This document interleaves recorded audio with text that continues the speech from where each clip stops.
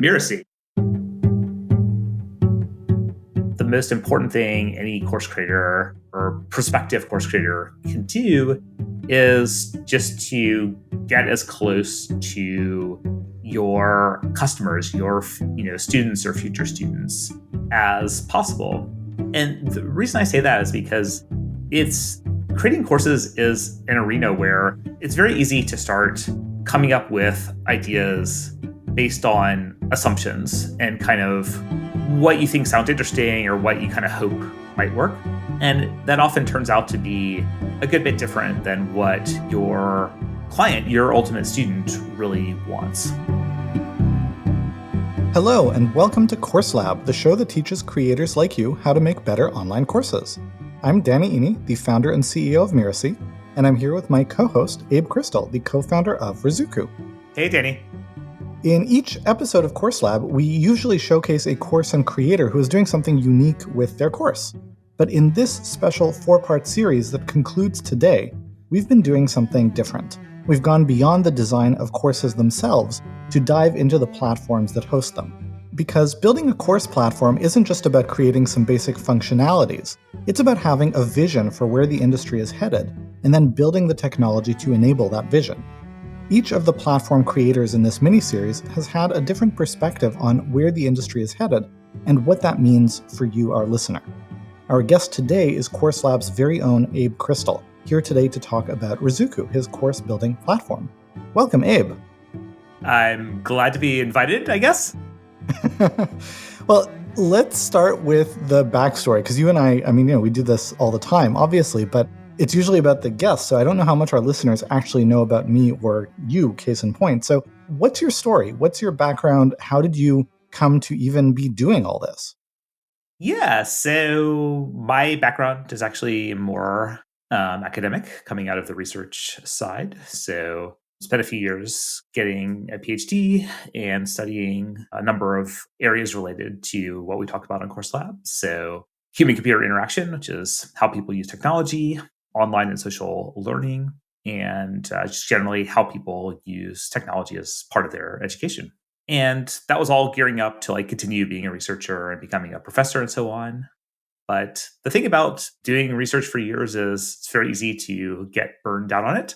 And that was pretty much how I felt. I was really tired of doing research and writing papers and wanted to be working on something that people could actually use, right? As opposed to just coming up with ideas that might someday, have some theoretical impact.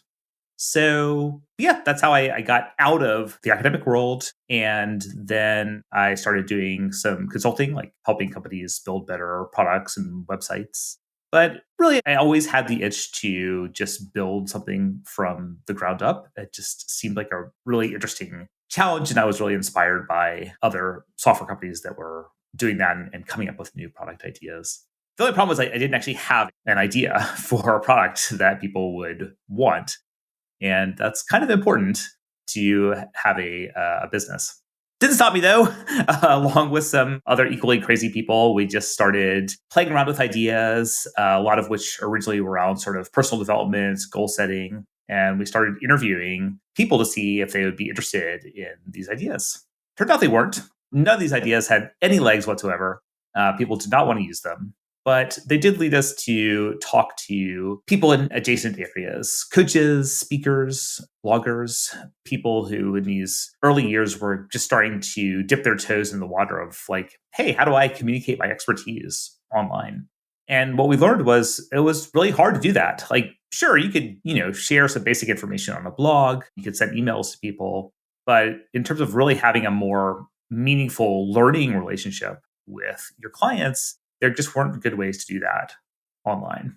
And that's what led us to this space of online support for goal setting, for coaching, for personal development, which eventually evolved into, the world we now think of as online courses. So give us a sense of timeline, because I think we're going still pretty far back. When did you start exploring the ideas that eventually became Ruzuku as it is today? Well, we entered a startup accelerator here in North Carolina all the way back in 2012. So that was really the point at which we started working on it as a serious full-time idea. And so tell us a little bit about the evolution of What did you have coming out of the startup accelerator? What were the early days like? And what was the path from that to the product that you offer and sell today? And I know that it's undergoing a significant rewrite, if you want to talk about that as well, or, maybe not, you tell me. I don't know if it's like ready for prime time. We can give a little teaser, I suppose. Yeah, I mean, our original idea that got us into the startup accelerator was the same idea we offer today, which is tools to make it easy to create structured online courses, host all your content, and engage with your students. And the only problem was that wasn't an idea and a market that was at all understood at the time. I mean, I'll give kudos to our accelerator, the Startup Factory, for kind of taking a chance on our idea, even though they didn't necessarily understand the full scope of the market right then either, but they saw the potential. But actually, when we went out and talked to investors like VCs and angel investors at that time, there was just tremendous skepticism. People really didn't see this as a big, important, growing area, and they didn't see it as an area where there would be a lot of need for software tools. So, in some sense, perhaps we were a little bit too early, because in the years since then, the market for online courses has grown dramatically. And now there are probably hundreds of companies like ours, providing these types of tools for course creators and facilitators. So clearly there is a huge need there. But I guess it just goes to show that you can be too late with an idea, but you can also be a little bit too early at times. So, to your point, the landscape has become a lot more saturated. There are a lot more people pursuing the kind of I want to build an online course opportunity. And there's a lot more technology to enable and support that. So, not to turn this into a pitch for Ruzuku or anything, but, in a nutshell, how is Ruzuku different? Yeah. So, I think I agree with the perspective, and you and I have talked about it before, that like as a market matures, the tools serving that market tend to become kind of more similar, and they hone in upon similar sets of like customer needs, right? So the differences among course building tools are just less stark than they were, 3 years ago, 5 years ago, 7 years ago, and they'll probably continue to converge even more over time. So that being said, there are definitely still differences in philosophy and approach. One of the biggest differences probably with the way we've approached designing Ruzuku is we've always really focused on courses that are like instructor led or coach facilitated, that are actively taught, and where people are engaging with and supporting their students.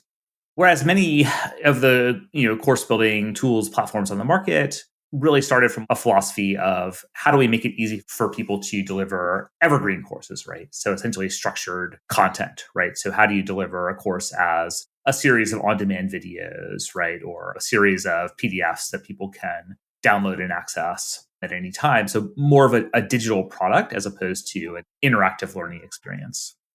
And there's, not saying one way or the other is better. They both have their uses, right? There are situations where the end customer, the learner, just wants to get some step-by-step information in a well-designed, structured form, and they want it right now, and they want to go through it on their own pace, and they don't need or want any help in going through it. They just want really good quality information, and there's a huge need for like specific types of online courses that are just structured information to serve that need.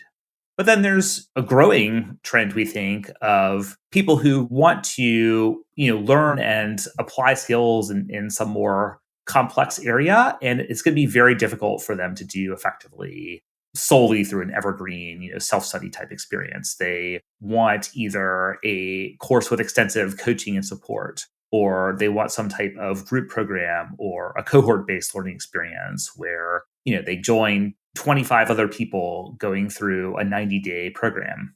And so that type of facilitated learning with discussions and interactions among students and the instructor is what we really focus on. And that's what we're trying to address as we, redesign our product as well.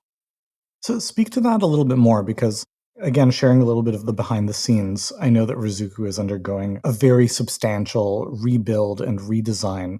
And whenever you undertake a project of that magnitude, you have to be really thoughtful and strategic and kind of saying, this is where the industry is going. This is what people are going to want and need.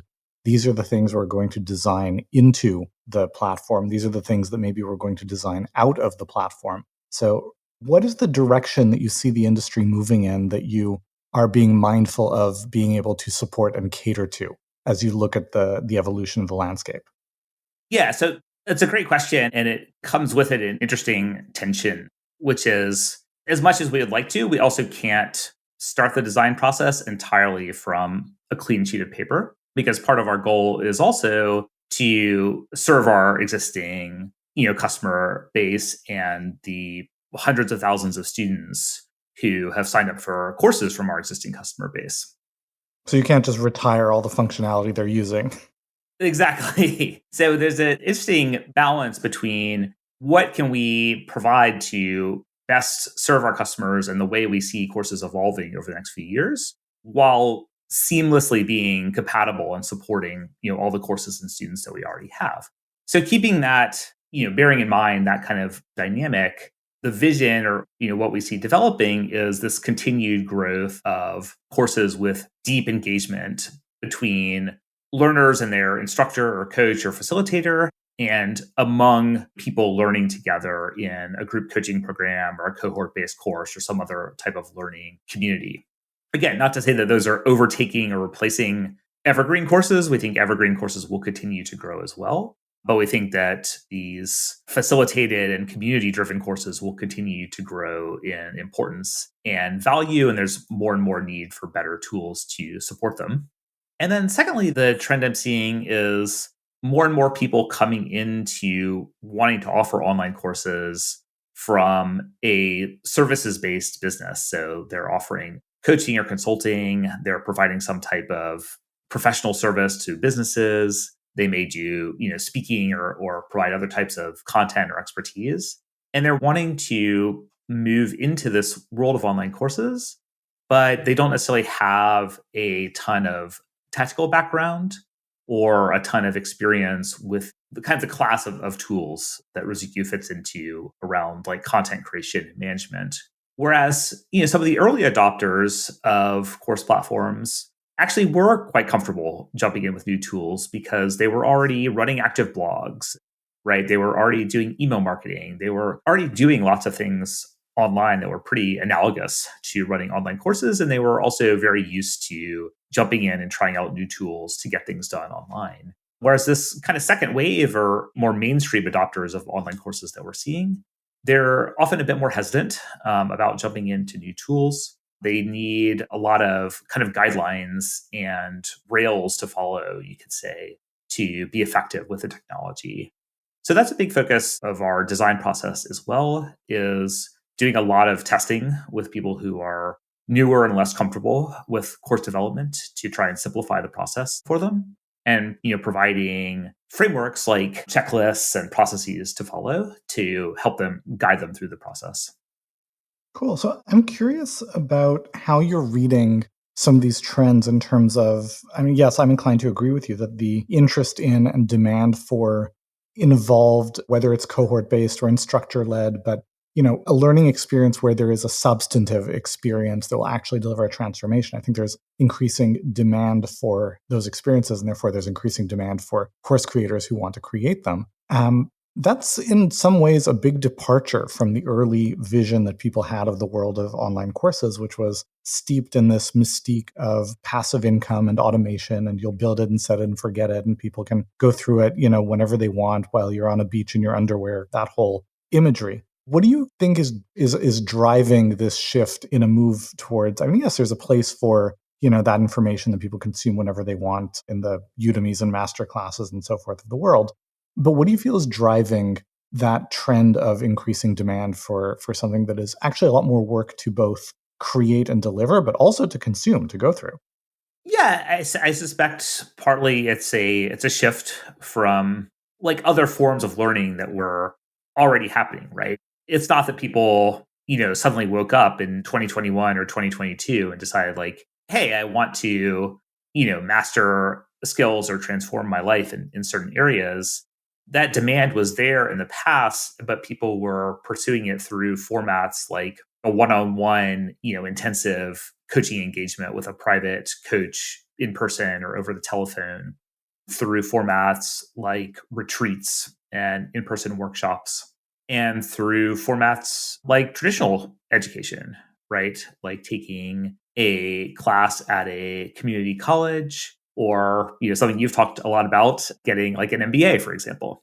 And I think what we're seeing is people are shifting their time and attention and their budgets from some of those formats to online experiences that are finally now proving that they can deliver as good or better results, right? So it becomes compelling to instead of traveling somewhere for a 3-day intensive workshop, committing all your time there and then traveling home, if you can get that same result or even a better result by signing up for a cohort-based online program where you're spending a few hours a week on it for 12 weeks and getting the community and support you need to move forward, that's pretty attractive. It's potentially attractive even at the same price point or even a higher price point, because you don't have to travel and you don't have the same intensive demand on one block of time.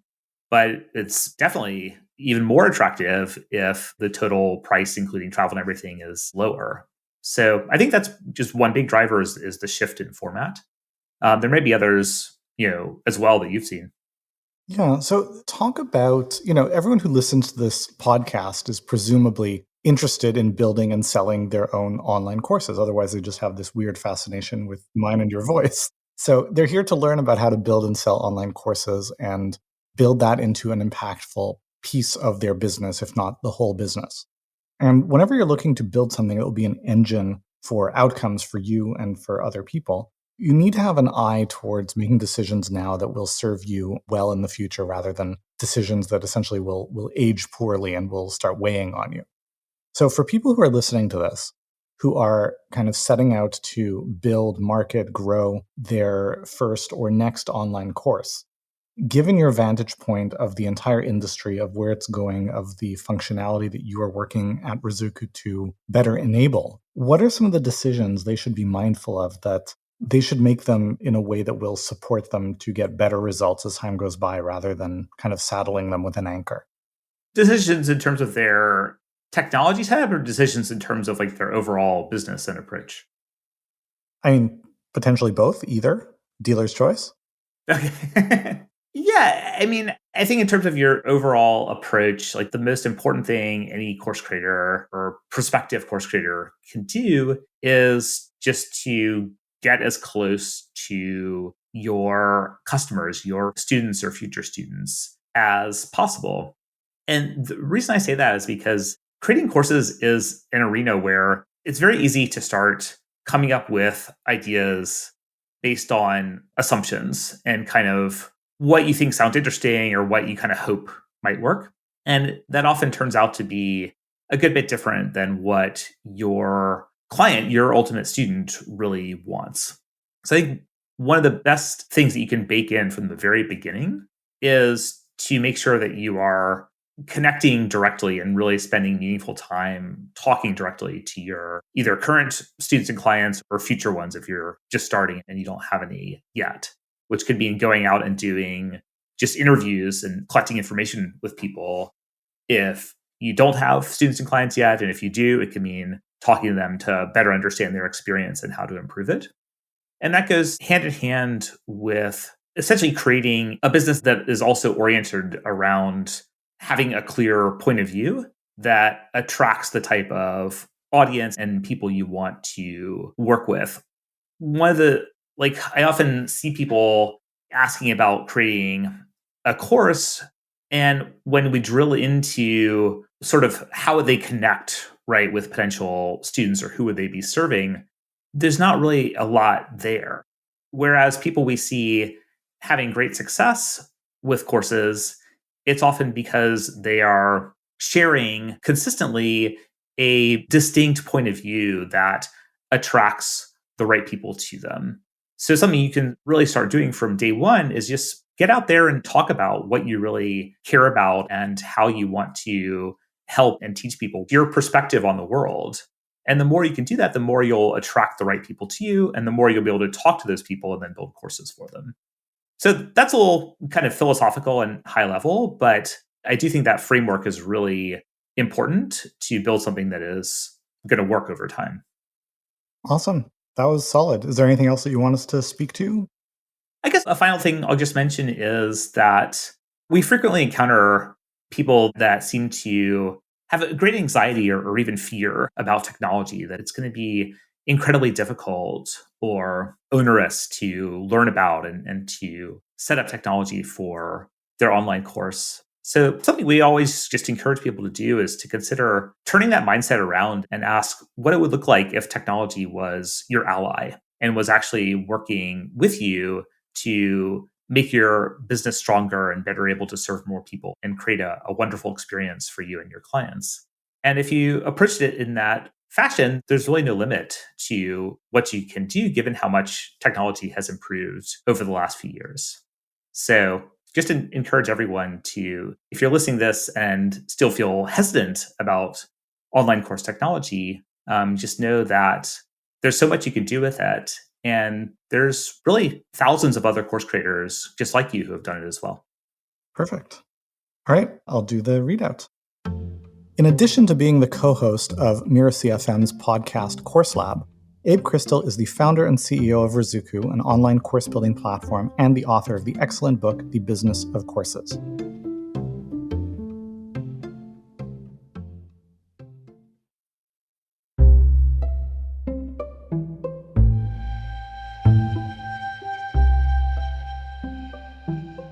Abe and I aren't going to do a debrief and discussion of the points of our conversation together, but I do want to highlight for everyone listening a few important points that Abe shared, starting with the just growing maturity of the online courses industry as a whole, the way we've moved from very early adopters who were willing to work with kind of janky, half-functioning technology and kind of really go out on a limb, both in terms of the building of the tech and course experience and in terms of the consuming of it, has really given way to much more mainstream people and consumption and adoption in the market. And that has led to a couple of really interesting changes. One is that because you've got a lot more regular mainstream people, courses aren't for information that exists on the fringes of what they might want to do.